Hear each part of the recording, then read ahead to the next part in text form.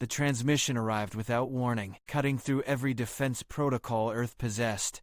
Queen Helena stood in the command center of Luna Station, watching the holographic sigil of the Galactic Council rotate above the projection table. Around her, military advisors and diplomatic staff fell silent. The Council never contacted individual species directly. They summoned, and they only summoned when the galaxy was burning. Your Majesty, the voice was synthetic, translated through a dozen linguistic matrices. The Council requires Earth's presence at Emergency Session Alpha 9. Attendance is mandatory. Coordinates transmitted. You have 14 hours. The hologram collapsed before Helena could respond. She turned to General Grant, her senior military advisor, and saw her own concern reflected in his weathered face. 14 hours to cross half the galaxy. They're not asking, they're ordering.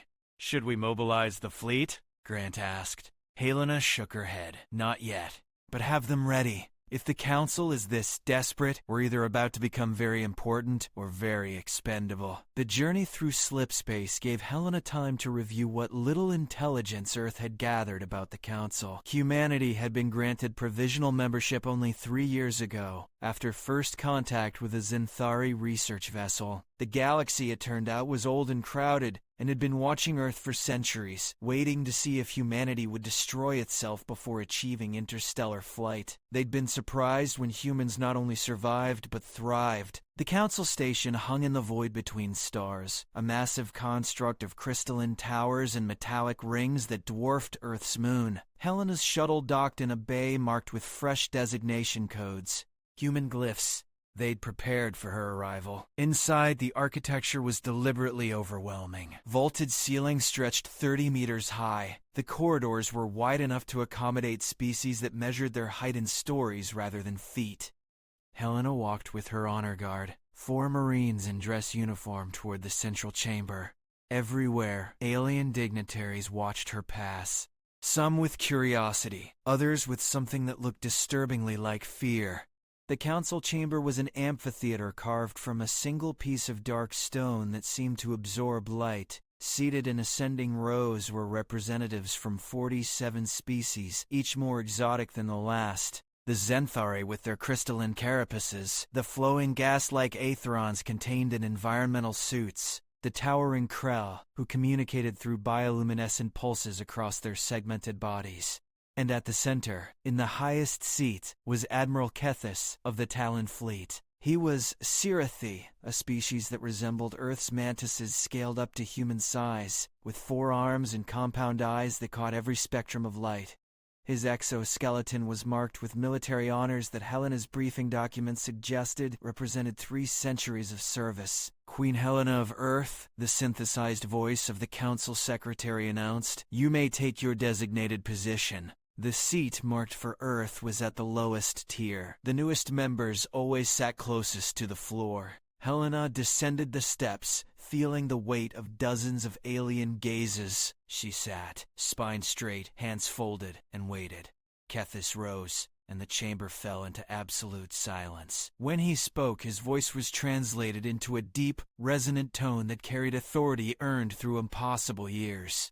The Council convenes in crisis. 6 solar cycles ago, our deep space monitoring stations detected an anomaly in Sector 73. Initial analysis suggested a natural phenomenon. We were wrong. A hologram materialized in the center of the chamber. It showed a swarm of ships, thousands upon thousands, moving through space like a living organism. The vessels were organic, twisted things that pulsed with bioluminescent veins. They moved with purpose, consuming everything in their path. The Vrexian Swarm, Kethis continued. We believe them extinct, destroyed in the Purge Wars 12,000 years ago. They have returned, and they are heading towards civilized space. Murmurs rippled through the chamber. Helena leaned forward, analyzing the tactical display. The swarm moved fast, faster than any conventional fleet, and their numbers were growing. They were consuming raw materials from asteroid fields and dead worlds, reproducing exponentially. Current projections give us 4 months before they reach the outer colonies, Kethis said.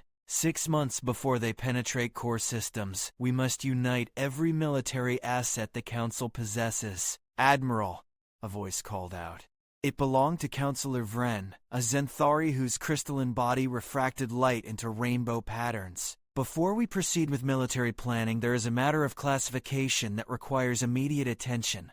Kethis' compound eyes swiveled toward Vren. Something in his posture shifted. If Helena didn't know better, she'd say he looked uncomfortable.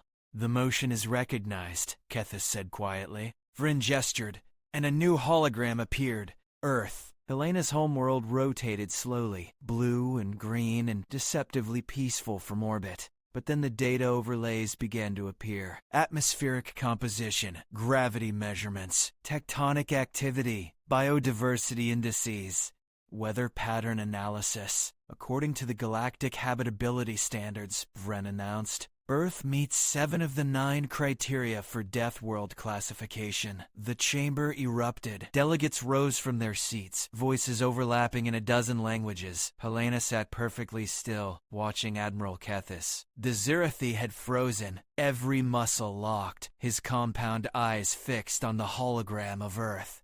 "Order!" The Council Secretary's voice cut through the chaos. "Counselor Vren, present your evidence."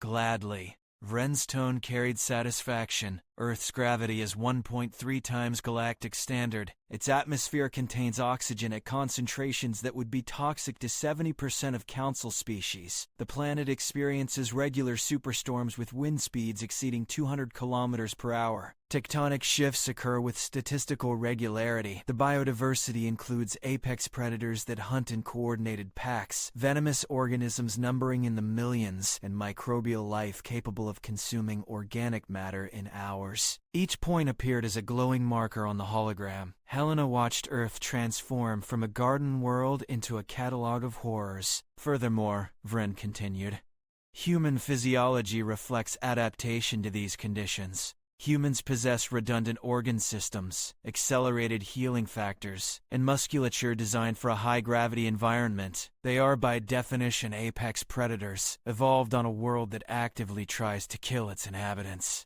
"What is your point, Council?" Helena's voice cut through the chamber, cold and precise. Vren turned toward her, light glinting off his crystalline surface. "My point, Queen Helena, is that humanity cannot be trusted with military coordination in this crisis. Deathworlders are, historically, aggressive, unpredictable, and dangerous. The Council archives record 17 species from Deathworlds. 16 of them attempted to conquer their neighbors within a century of achieving interstellar flight. And the 17th? Helena asked. Destroyed themselves in nuclear war before they could leave their system. Helena rose slowly from her seat. Around her, the chamber watched with an attention that felt predatory. "So because we survived a difficult world, we're automatically warmongers?" "History suggests the correlation is absolute," Vren replied.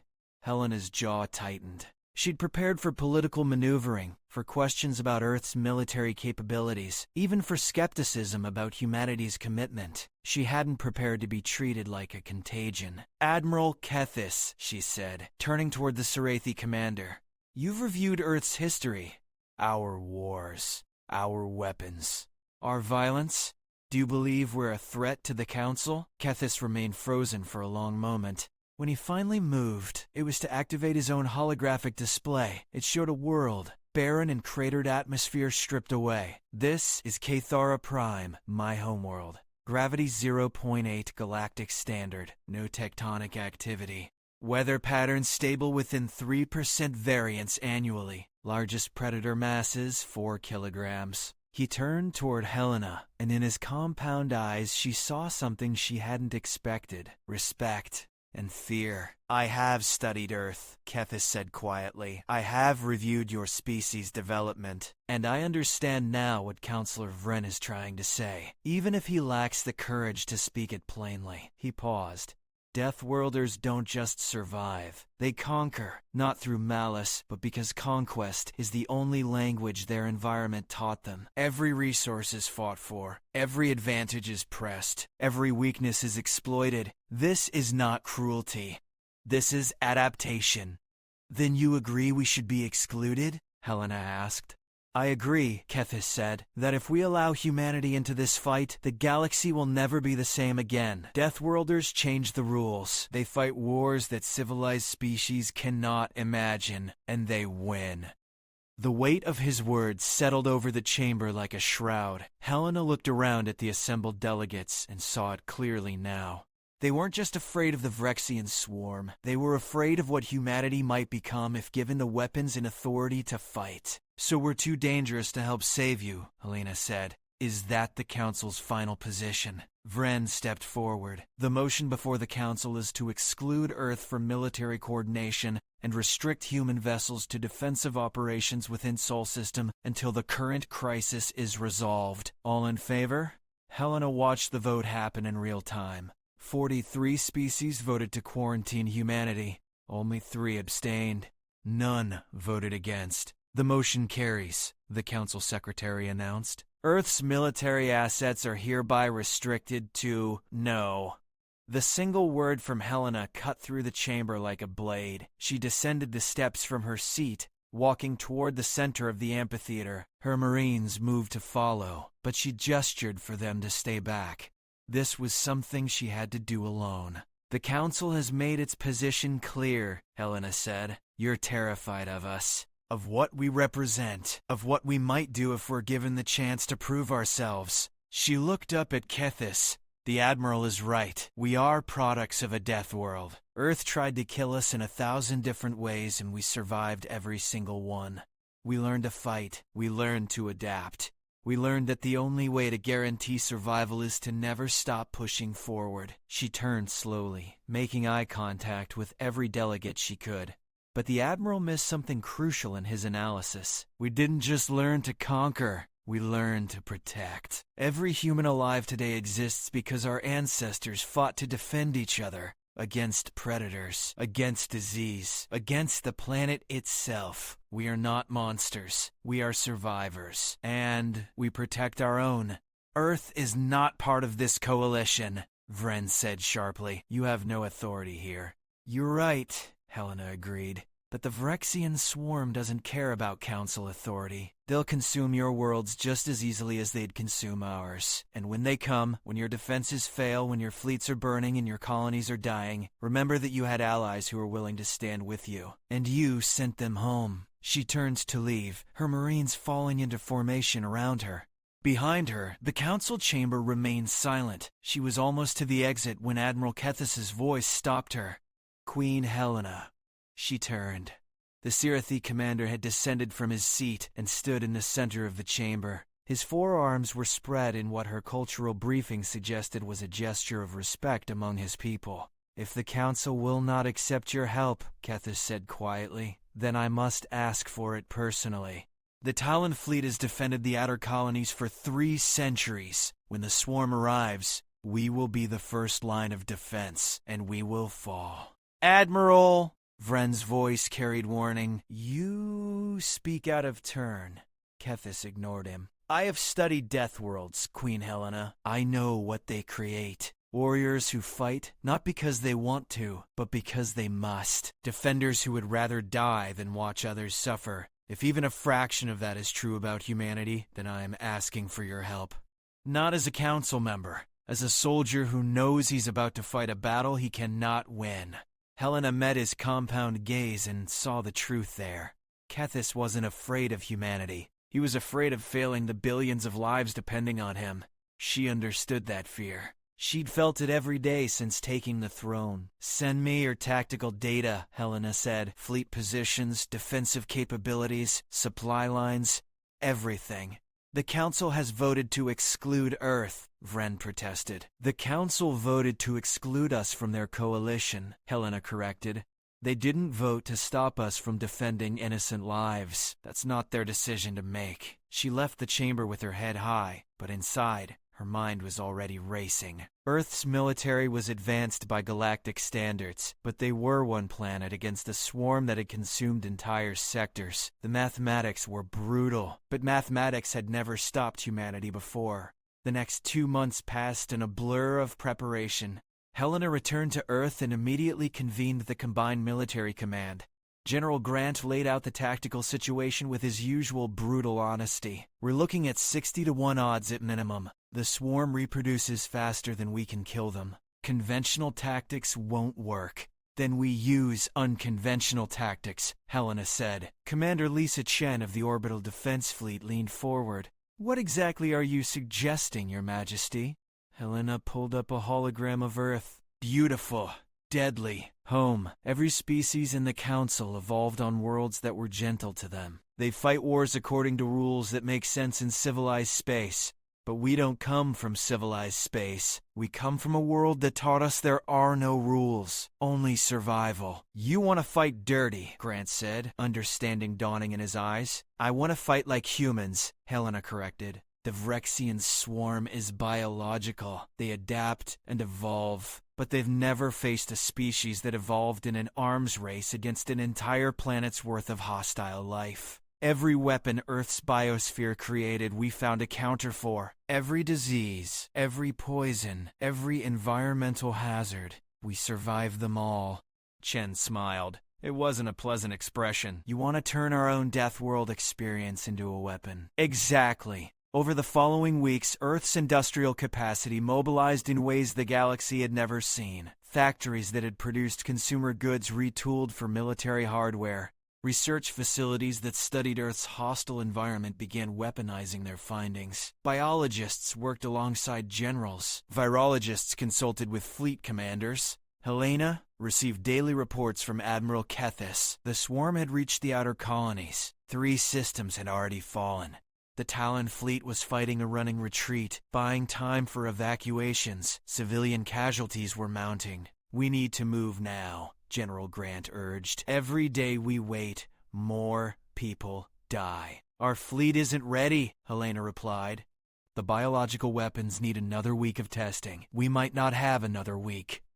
Helena knew he was right. She also knew that deploying untested weapons could backfire catastrophically. But the reports from the front lines were getting worse. The swarm wasn't just killing. It was consuming, breaking down organic matter and incorporating it into new Vrexian organisms. Every loss made the enemy stronger.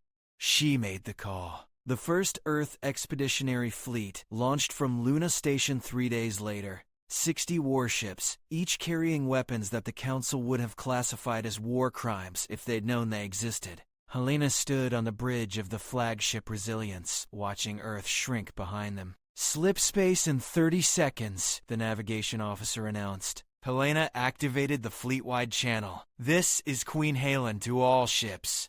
We're heading into a fight that the galaxy says we can't win. They're probably right. But we're humans. We don't care about probability. We care about protecting people who can't protect themselves. Every person on this fleet volunteered knowing the odds. That tells me everything I need to know about who we are. Give them hell. The fleet entered slip space, and for 6 hours Helena reviewed tactical data until the numbers blurred together. When they emerged, it was into chaos. The battle for Athenora, the Council's capital world, had already begun. The swarm had broken through the outer defenses faster than anyone predicted. Admiral Kethis' fleet was scattered, individual ships fighting desperate holding actions while civilian transports fled the surface.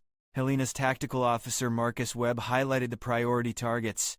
Admiral Kethis' flagship is taking heavy fire, shields at 15%. He's protecting an evacuation convoy, but he won't last another 10 minutes. All ships, combat formation Delta, Helena ordered.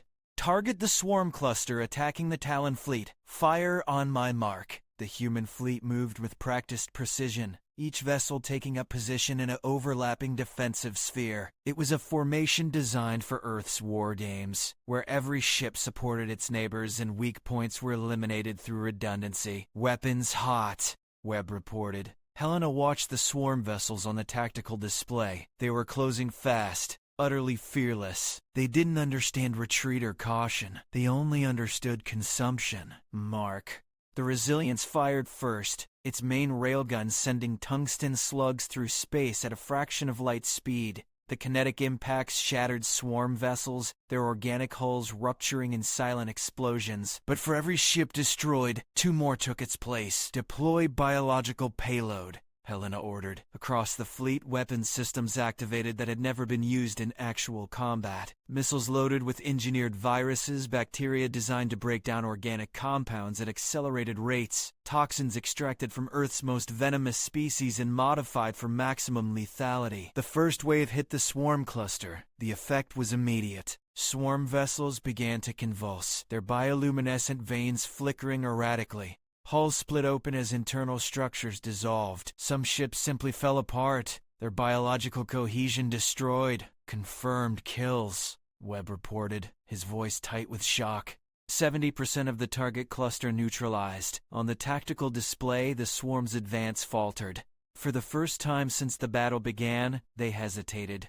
They'd encountered something they couldn't simply overwhelm through numbers. Helena opened a channel to Admiral Kethis. "Admiral, this is Queen Helena. We're here to help." The response came through after a brief delay. Kethis's voice sounded strained, but there was something else there. Relief. "Queen Helena, I was beginning to think the Council's fears were justified. Those weapons are what happens when a Deathworld fights back." Helena finished. "Get your ships clear. We'll handle the swarm." The battle raged for 18 hours. The human fleet fought with a brutality that shocked the watching galaxy. They used tactics that civilized species couldn't stomach. When conventional weapons failed, they deployed biological agents. When the swarm adapted, humans changed their approach. They fought like Earth had taught them, treating every battle as a problem to solve through adaptation and ruthless efficiency. Helena didn't sleep. She stood on the Resilience's bridge, making decisions that would save lives and end others. The weight of it settled on her shoulders like a physical force, but she didn't waver. This was what leadership meant on a death world. You carried the burden so others didn't have to. By the time the swarm finally broke and retreated into deep space, the human fleet had lost 12 ships. The crews had died, buying time for millions of civilians to evacuate. Helena stood at the observation deck, looking out at the debris field where her people had made their final stand, and felt the loss like a knife between her ribs. Admiral Kethis' shuttle docked with the Resilience 6 hours after the battle ended. Helena met him in the docking bay, still wearing her combat uniform, still covered in the fine dust that accumulated during sustained weapons fire. The Sarathi commander approached slowly, his forearms held in a posture of deep respect. "You saved my fleet," he said. "You saved Athenora. You saved billions of lives." "We did what needed to be done," Helena replied. Kethis' compound eyes studied her. "The Council will not know how to respond to this. You've proven everything they feared about Deathworlders. You brought weapons that civilized species would never use. You fought with a savagery that will be remembered for generations." "Are you asking me to apologize?" "No." Kethis gestured toward the viewport, where ships from a dozen Council species were regrouping. "I'm asking you to understand what you've done. The balance of power in this galaxy just shifted. Earth is no longer a provisional member that can be dismissed. You are a force that cannot be ignored." Helena looked out at the assembled fleet. In the distance, she could see the Council station, its crystalline towers catching the light of Athenora's star. She thought about the vote that had tried to sideline humanity, about the fear in the delegates' eyes when Earth was classified as a death world. "Good," she said quietly. "Fear kept us alive on Earth. Maybe it'll keep the galaxy honest." 3 weeks later, Helena stood once again in the Council chamber. But this time, the atmosphere was different. The delegates who had voted to exclude Earth now watched her with a mixture of awe and terror. The species who had abstained looked vindicated, and Admiral Kethis, standing in his position at the center of the chamber, looked like a soldier who had seen the future and wasn't sure if he should be grateful or afraid. "The Council recognizes Queen Helena of Earth," the secretary announced. Helena didn't wait for permission to speak. "The swarm has been driven back, but not destroyed. They'll regroup and return. When they do, you'll need allies who understand how to fight an enemy that doesn't follow your rules." Councillor Vren rose from his seat. The light refracting through his crystalline body seemed dimmer than before. "The Council acknowledges Earth's contribution to the defense of Athenora. However, concerns remain about the weapons deployed during the engagement." "You mean the weapons that saved your lives?" Helena said flatly. "Biological warfare is banned under Council law," Vren countered. "Council law applies to Council members operating under Council authority," Helena replied. Earth was excluded from the coalition, remember? We operated independently, which means your laws didn't apply to us.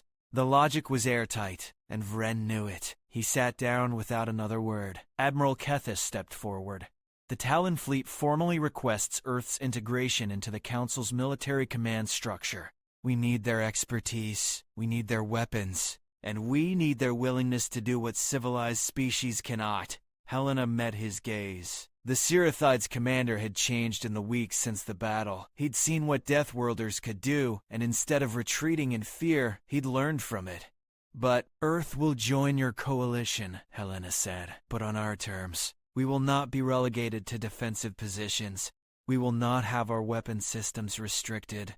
And we will not apologize for doing what was necessary to protect innocent lives. The chamber erupted in debate, but Helena could see the outcome was inevitable. The Council needed Earth more than Earth needed the Council. The battle for Athena had proven that beyond doubt. The vote took 3 hours, but when it was finished, Earth had been granted full military authority within the Coalition Defense Fleet. More than that, Helena had been appointed to the Strategic Command Council, the first human to hold such a position. As the session adjourned, Admiral Kethis approached her one final time. "You've changed everything," he said quietly. "The galaxy will never underestimate Deathworlders again."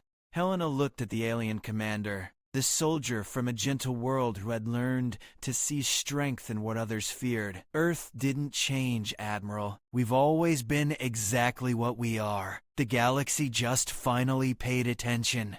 She left the council station knowing that the hardest battles were still ahead. The swarm would return. New threats would emerge, and humanity would face them all with the same ruthless determination that had carried them through millions of years of evolution on a planet that tried to kill them every single day. Because that was what Deathworlders did. They survived. They adapted, and they protected those who couldn't protect themselves, no matter the cost.